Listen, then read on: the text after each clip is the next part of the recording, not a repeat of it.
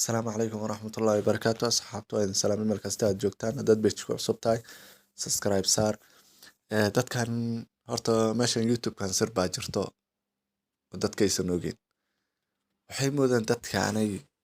lisjafaya midkan youtube inuu soo galo dhahayo mid oynayo mid si kale u hadlayo dhammaanta wallahi saan u fikiray kulligooda waxaa waaye youtube-ka lagu kala kacsanayo waxaan dadkan way is ogyihiin laakiin dadna dhab bay u qaataan oo bulshada kale oo dee ku xiran baraha bulshada waxay u qaataan dhab inay dadkan ka dhaxayso cadaawo laakiin taas aan ma aaminsanin inay cadaawo dadkan ka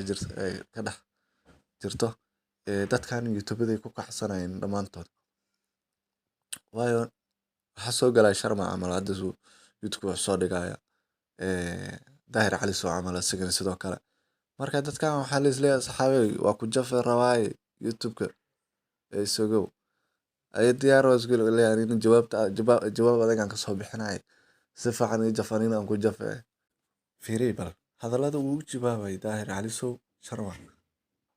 shalay hadduu lahaa sharma boy hadduu ku yidhi maxaa barefad u gale maanta maxaa dhacay yaa barefad ku orday yaa barefad galay wallaahi oo billaahi oo tallaahi aan kugu dhaarnay magacaleer haddaan meydka afyal dhihin oo tii ilaahay ii imaan waddadii oo qabshaxsada marayoo maraya saqlangeystir haddii aan marsii waayena magacayga waa la tirtiraya bartii aan rabay wuu iigu jiraa godkii aan rabay wuu ii soo galay waa inaad barataa maskaxda waa inaad ka shaqaysiisaa intaad dhalla qamriya cabto hadba gidaar la iskuma tuuraye maskaxdaa laga shaqaysiinayaa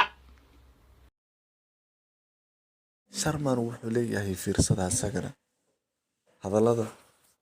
oo qiirada leh ka soo baxayso waayo qofkii fiirsada sharma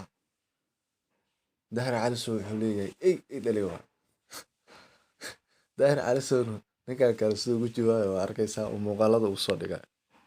waxaad egtaan inaa ogaataan arrinkaas meesha uu maraayo ninkaana uusan naga daba harin cagta uu noo saaray haddana waxa aan ka sii ciisoonaya waxay tahay afka uu ku hadlaya xaniyihiisa maaha ninnimadiisa maaha raganimadiisa maaha mar walbo aan ninkaas inaa ka hortaga aan dabco waxaa isoo hor istaagayo